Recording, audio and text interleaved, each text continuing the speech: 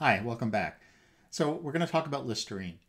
And if I were to take you back to 1920 and look at what Listerine was then, you would see a product that is very different from what we understand today for that brand. So Listerine then was a fairly kind of small scale brand or product, and by and large it was more of a general antiseptic as opposed to a mouthwash. So you can see I've got a couple ads here from that early Listerine phase, and you can see they're basically just talking about it as a product that you might use to maybe brush your teeth with, or you might more typically use it to put on a wound. Like if you cut yourself, you would use it as an antiseptic to sort of clean the wound, that sort of thing. No, it's a fairly, as I said, a fairly small scale brand at this time.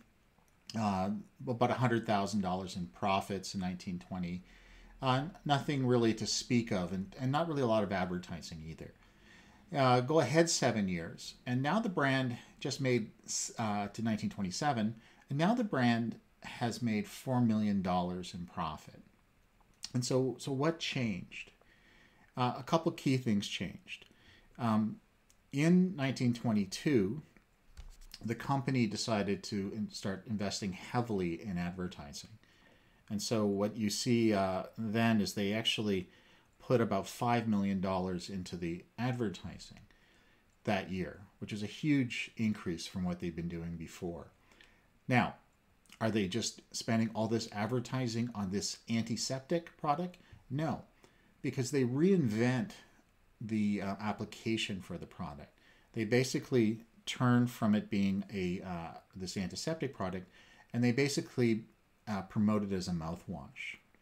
So they create a new use for the product, but they also, in doing this, create a new type of need. And this new need is not a kind of medical concern like it might be if you wanted to use an antiseptic on a cut. This new need is a social affliction. And the social affliction is called halitosis, or bad breath. And they actually, for the term halitosis, they coined this by going through some old medical dictionary from like many decades before, and found that at some point some medical authority had used this Latin term to describe a medical condition that involved having unpleasant breath.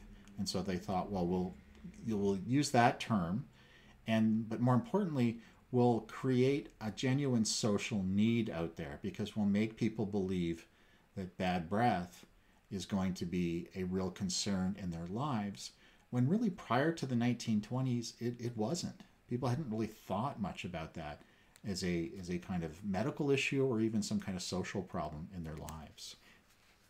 So the company is investing heavily in advertising starting in 1922. In fact, by 1928, they're spending about $5 million just on advertising alone. And the success of this brand in terms of the increase in sales and profits becomes well known within the advertising field, within the advertising industry. And they looked at it as a success which was largely created through both volume advertising and this effectiveness of the type of advertising appeals that they would launch. And essentially what these were, and there's a common kind of theme to a lot of this Listerine advertising in the 20s and 30s, and they presented the story in the ad as a kind of mini social drama. And effectively what they do is they identify somebody who is a kind of a victim or a tragedy of social shame. These were typically kind of heroes and heroines of a sort. These were people that had lots going for them. They were good looking, they had money, they had sort of social charms, but they were denied the one thing they truly wanted, whether it was to find a husband, whether it was to get a job or a promotion. And they were denied these things by just one fatal, almost like an Achilles heel, one fatal shortcoming, and that being halitosis. In some respects, this type of advertising, which I'll later call kind of fear copy or scare copy, it targets the emotions far more so than it does any kind of embrace of a logical or rational appeal. It targets the emotions. In that sense, it vindicates some of the psychology that we talked about last week, where these psychologists and others within advertising were looking at what was a more effective line of appeal, effective line of persuasion. And increasingly, they were starting to realize that emotion-based appeals were generally far more effective than anything that involved appealing to reason or logic. So these fears that people have, like this could be a fear of just being a failure. This could be a fear of being unloved in your life. It could be a fear of just being unhappy. These things were far more effective in terms of targeting people than just making product claims about a brand like Listerine. So let's start with, we're going to look at a few Listerine ads here. And let's start with Edna. And Edna, as the text or the header says, was often a bridesmaid, but never a bride. And Edna's case, as I'm reading here, was really a pathetic one. Like every woman, her primary ambition was to marry. Most of the girls of her set were married or about to be, yet no one possessed more grace or charm or loveliness than she, right? This is the idea that she's got so much going for her, except there's just one little thing that seems to be holding her back. And as her birthdays crept gradually toward that tragic 30-year mark, marriage seemed further from her life than ever. She was often a bridesmaid, but never a bride. So it's presenting her up as a kind of tragic figure, right? And Edna really should be married by now.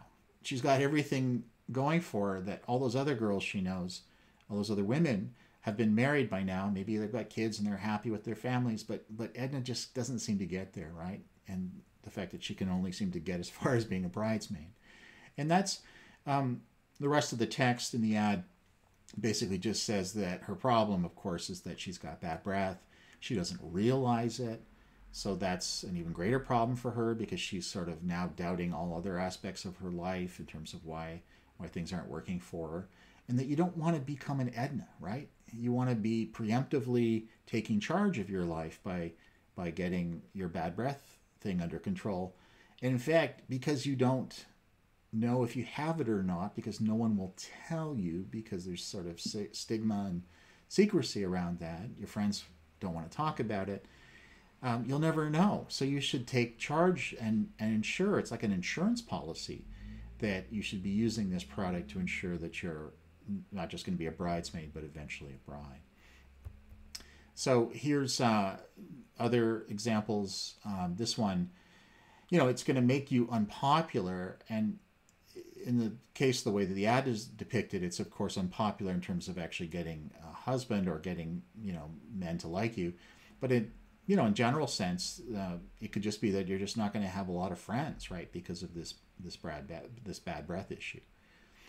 So, and the ads would even say it's even after you manage to get someone, in this case it's a woman who's engaged, right? You still had to be on guard, right? Because just because you're kind of 3/4 of the way there to getting your husband, you still could lose him, right? And as the ad says here, rings are not binding. Nobody wants a life partner with a real case of halitosis, right? So, you don't want the ring sent back in this sense. Even if you got married and had kids, well, you still want your kids to love you, right? So here it's about, whether your children are going to be sort of put off by you or not really kind of, love you as a mother the way you want to be loved. And because, of course, this secret affliction that you have is halitosis. So make sure that you're popular with your own children in this sense. Okay, so it's not just women. The advertising targeted men as well. Now, more often with men, what you saw was not so much a concern with them not finding romantic love. Typically, with men or male-directed advertising for Listerine, it focused on their professional prospects and their career prospects and how bad breath would impair them. So in this case, this is This is a fellow who, has been doing all the right things. He's a dentist, so he's gone to college, university, dental school. He's got his own practice, his dental practice. Things are going fine for him. But it says here, his wonderful practice and a brilliant future, but then one by one, his patients began to go elsewhere. It was beyond his comprehension, the sudden change in his fortunes. Could he have overheard the whispered remarks of former patients who would have realized instantly what the trouble was? But no good friend, much less a patient, is willing to inform a man that he has halitosis. So it's one of those delicate matters people simply do not discuss. Now, and then you see in the ad just has some quotes about why some of his patients have left him, right? And a couple of interesting things here. The one I said before about this focusing on your professional prospects as a man, but also this idea that it's a secret thing, right? In some respects, it's a wonderful thing for Listerine, for the Lambert pharmaceutical company, which marketed Listerine. It's a wonderful thing for them to do, right? Because you're not just targeting people who believe they have bad breath because they've had some confirmation of that either by themselves or by someone they know. You're basically targeting anybody who aspires for anything, right? You're basically saying you want to make sure that you don't have this, because if you do and you don't realize you do, then you're going to have all kinds of problems in your life down the road. So this is another example of a fellow who just got his pink slip. They basically, I think they let him go or they fired him. And of course, he doesn't really know why. They kind of made some bogus reason up without realizing he had offended a number of the firm's best customers, and they'd complained to the boss. It was sort of tragic to have this happen just when he thought he was getting someplace. A good man, this Watkins, an ambitious one, but just a little bit careless, right? Just a little bit careless in terms of making sure that his breath was not halitosis. Now the fear, so this is still Listerine, the fear copy or the scare copy that this involves, because people looked at the success of the Listerine campaign, and then other companies too started thinking, well, maybe we can also embrace this. So here's an ad from Gillette. This ad is targeting men, although it depicts this woman with a suitcase. She's a wife of a fellow who's just in the process of leaving him. And in the way the text describes it, it's that the little things continually cropped up to mar her happiness. She could have overlooked them entirely, but certainly it was a grave mistake to harbor bitter thoughts. She allowed petty annoyances to pile up until her patience was almost exhausted, and then her husband grew a bit careless in his appearance and even failed to shave as often or as carefully as he should. She called this the last straw and left him, right? I'm thinking of that now. I probably got a bit of 5 o'clock shadow. The idea that a guy should be so concerned with all the small details of his appearance with respect to his wife. In this case, it's a wife that seems to have had other issues with him, and that if he didn't sort of cover all of those bases and make sure that he was properly shaved every day, it just could be that last straw, that tipping point that'll make her pack her suitcase and go. Now, scare copy, worry appeal, fear copy. You saw a lot of this in the 1930s during the Great Depression. So this is a period when, of course, people are either losing their jobs in greater numbers, or they're concerned about possibly losing their job, right? So these fears really get heightened in people's minds. And you see a fair bit of advertising that will embrace the scare copy appeal during that decade. So, for example, an ad for underwear, dual-fold underwear, its theme was the health protection. So the ad said, "Look out, job in danger. Getting a cold risks one's job. The importance of long underwear," right? So wearing the long underwear ensures you don't get a cold, which ensures you may not get fired. Absorbing Junior ad. Could the risk of losing a job of taking time off from work if you got a muscle ache. You couldn't risk that, right? So you had to get Absorbane Junior to make sure that you could put it on your muscles to make sure you never missed a day of work, or else you might lose your job. Lifebuoy soap. One of their ads said, "Don't risk your job by offending with BO. When business is slack, employers become more critical. Sometimes very little may turn the scales against you." Okay? So other examples of that, I think it's one interesting thing to do is to look at times, say more recent times when there's economic uncertainty, and see if perhaps there is an increase in advertising like that. One could do it now in the pandemic period, the COVID period, because people have lost their jobs, but it's seen, I think, by many as a kind of temporary job loss, and that the reason for losing those jobs is not, of course, in terms of your appearance or something you're doing wrong. It has to do with businesses being temporarily closed during the pandemic. But actually, one example of that I thought about was there's an ad for Just for Men, which is a product that will color the hair for men, so from gray to whatever color. And in years past, we've looked at some of those ads in the context of job concerns, and some of those ads target men in terms of them looking more romantically attractive, but some of them actually target men who are trying to get new jobs or promotions, and the idea that if you show up for the job without gray hair, you stand a better chance of getting that job. Okay, so I want to just take up a few points from what we talked about earlier in terms of the social reality of advertising and who's missing and who's not in ads. And in this case, Marchand covers a few things. Some of these are not in the actual readings, the pages that you would have read, but they're covered elsewhere in the book. And one of the things he talks about is this idea of the businessman as generic man. So if you need to depict men in an ad for something, even for a product that may have mass appeal that is actually bought by working class people, middle class people, something like chewing gum or something. One of the things Marchand found in looking at all these ads is that you just rarely see blue-collar working class men in ads.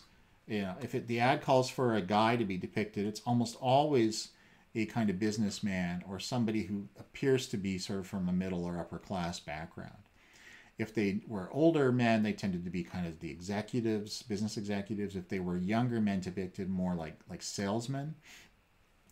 The other thing he found was that there were other groups that were systematically underrepresented. One was that when children were depicted in ads, it was almost always just two children, right? Even though at the time, in the 20s and 30s, most families had more than two children. But you typically only showed two children in an ad. And again, this is sort of a modern notion about what an ideal family would look. As you move up in income brackets, middle to upper class, your family sizes usually get smaller. So it's this idea that by depicting two children, you're sort of showing a kind of upper middle class ideal for what a family would look like. Oftentimes when you depict children, it was boy and a girl. Rarely would it be just two boys or two girls. The elderly were rarely represented in ads. And here I'm talking about people, say, over 65. The only times you would see this would be for very specific types of products, like for life insurance or even grave vault ads or something like that. The elderly were seen as kind of out of date. They were not modern, right? They were not what you wanted to represent in terms of this embrace of this modern era and consumer products that would fit into that. So here's a couple of examples of the businessman as generic man. You can see the one on the left. It's an ad for Heinz ketchup, which had a fairly broad appeal, right, in terms of the market for it. It wasn't just middle and upper class people that would have used that product. And yet you see here it's a fairly affluent looking businessman at a restaurant using the product. And the one here for soda drink Dr. Pepper, a younger man, more of a salesman kind of depiction, but still with the suit on and the nice hat. And so it's again, this product, Dr. Pepper, was consumed by working class people. And yet here's a case of the actual working class people not being depicted at all in the ad. Now, when working class men were depicted, men and women, I guess, it was often in very specific kind of context. So you see here on the left, this is an ad for specific kind of work products. So you could show men in overalls because the product was specifically targeted to men like this, and often for their kind of work aspects. One of the other things Marchand found is that where you would see working class people depicted were often not in very favorable ways. So in this case, on the ad on the right for a soap, it's actually it's talking about sort of the need to be clean and hygiene with respect to crowds, and that crowds, as the ad says, breeds they breed contagion. And so the ad actually depicts in the foreground a working class guy, and you can see that because he's not wearing a suit jacket and his shirt's unbuttoned and it looks kind of dirty. He's depicted in the foreground there, and that the people you want to identify with are the people behind him, but you have to kind of rub shoulders with him because you might be on a subway car with him or a streetcar or just in the streets. And so the idea is that you would have the soap to help cleanse off the kind of working class shoulder rubbing that might happen in your day-to-day life.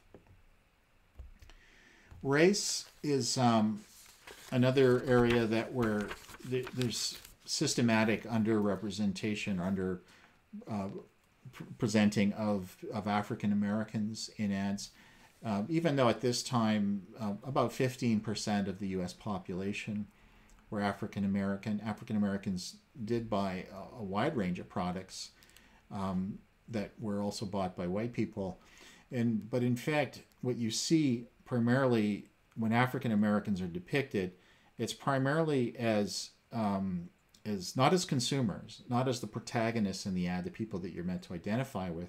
They're usually depicted as servants or porters. In fact, they become symbols of the protagonist's ability to garner personal services, right? The kind of power that you can convey to others by having someone at your beck and call in that sense. Some of the advertising was, fairly racist too in terms of specific depictions that you would see. Now, I want to spend a bit of time, because I'm going to talk about this in a present-day context, this theme here. And one of the things that Marchand does, and again, it's not in the section that you read, but it's a really interesting idea that he develops. And it's this idea of atavism and what he calls atavistic ambitions with respect to how maids were sometimes depicted in advertisements. So atavism is a term that means kind of reverting to an earlier type or a kind of throwback. So in the case of this here, you have this ad, I think it's from around 1925 or so, and it's depicts a French maid, right? The costume and the hairpiece that the maid has is what's called a French maid. Now, French maids in the 20s and 30s were not very common at all. They were more common a generation before, so say the 1880s or 90s. But generally speaking, and by French, I don't mean they had to have come from France. It just means that the attire that they wrote and the kind of training that they had was indicative of what was called the French maid model. So these French maids were depicted at a time when they would not have been found in people's homes. What would have been found in people's homes? Well, it would have been two things. One, there would have been no maids, because the actual trend as you get into the 20s and 30s was for a decrease in domestic service in the household. So there would have been fewer maids in households in the 20s and 30s than there would have been a generation or two before. So if they wanted to actually show in the ads the kind of social reality, chances are you would not show a maid, because that was just less and less the experience. But for those homes that did have maids, typically they would have been African American maids. So then it raises the question, why do you see so many ads with French maids when A, domestic service is declining at this time, and B, if you want to show a maid, you should be showing an African American maid. And in that sense, I think it is illustrative of what we talked about before. And it's this idea of the apostles of modernity, both as the embrace of the new and the modern, but also buffering adaptation to the modern realities. So in this case, the admin, as Marchand says, they would provide the audience with a fantasy that would buffer their adaptation to modern realities, right? As he said, that logically these apostles of modernity, these admin, should have depicted maids and aristocrats as passé. Right? The French maid kind of attire is sort of associated with a kind of an aristocratic tradition. They should have just depicted that as sort of passé. It's just not something that a modern household or modern family would have anymore. But the admin indulged this because they thought it would ease the continuing transition to modern society. And so it's interesting, right? In the sense that you want to have a maid in the ad sometimes. In part, it can, in this case, it's showing the fact that there's a person here whose husband did not have life insurance and the other one who did, and obviously there's an impact on why somebody might become a maid because of that. But more broadly, I think it's a way to sort of show the kind of power that you have as somebody who can employ a maid and a domestic person. But you don't necessarily want to show that in terms of the social reality of the time, which would be depicting an African American maid, because that might also bring up some of the social unease around the place of African Americans in American society, right? The fact that you're depicting them, in this case, in the household in a way that perhaps may kind of raise concerns or issues with some readers or not. So it's easier to, if you want the category maid to be represented in your ad, it's easier to do it to an earlier type, that atavistic kind of embrace of an earlier type, the French maid. So you don't have to deal with the messy kind of social circumstances of an African maid in your household. So that's one way to think about that. But I think we can take this idea and we can move it to our own present day. So one of the things I've been interested in is sort of cleaning product ads. So products like Mr. Clean type products that you would have in the household to clean your kitchen or clean your bathroom or whatever. And I start this off when I'm lecturing, and I ask people, how many of you in your family's home, so when you were in high school, whatever, say going back the last 5 years, how many of you had a cleaning person come into your home to help your parents with or help you or your parents, whatever, with the regular cleaning? And usually it's about half to 2/3 of the hands go up. And my hand goes up as well, because I'm in that position probably at least 10 years now, where I have had a cleaning person come in, and she's been great and she's really helped me. And for many of those years I was a single parent, and I've got this, I've got a busy job at times. It's just not easy to kind of keep a house clean with 2 kids and all that. So many of you come from households like that, right? You both your parents may work. It's just a lot going on, right? And it's maybe affordable to have somebody come in like that. And certainly the case in the last 20 years, that has been the case. There's been an increase in the percentage of middle class and upper class homes that can afford to have somebody come in and do cleaning once every 2 weeks or so. Now, if cleaning product ads were to convey the social reality of cleaning in the household, you'd think that they might sort of depict a cleaning person in an ad, right? And in fact, you just don't see that. And I've looked at lots and lots of ads. In fact, the other day I thought I'd look some more on YouTube, and I again, dozens and dozens of ads. I couldn't find any. I found one that sort of does it, but it's a South African ad. But it's not quite on the mark for this topic. So it raises this question, right? Why is it that when you look at certain cleaning ad products. And if you click on these two ads, those are illustrative examples of that, you'll see that they're fairly, they're kind of middle class, even I would say middle to upper class homes, just the way that the kitchen looks, the kind of, the appliances and the kind of kitchen that exists, and look at the bathroom. And I would say, generally speaking, in a lot of North American cities, homes that look that nice would probably have an outside cleaning person come in to assist with the cleaning. And yet you never see that depicted in products like this. So what is missing is, in some ways, if you look at this sort of Zerspiegel kind of thing, right? It's the selection process. It means that we don't actually have the people who are actually the ones doing most of the cleaning in the household depicted in the ads. And you can think about that in terms of the way that capital realism might work as well.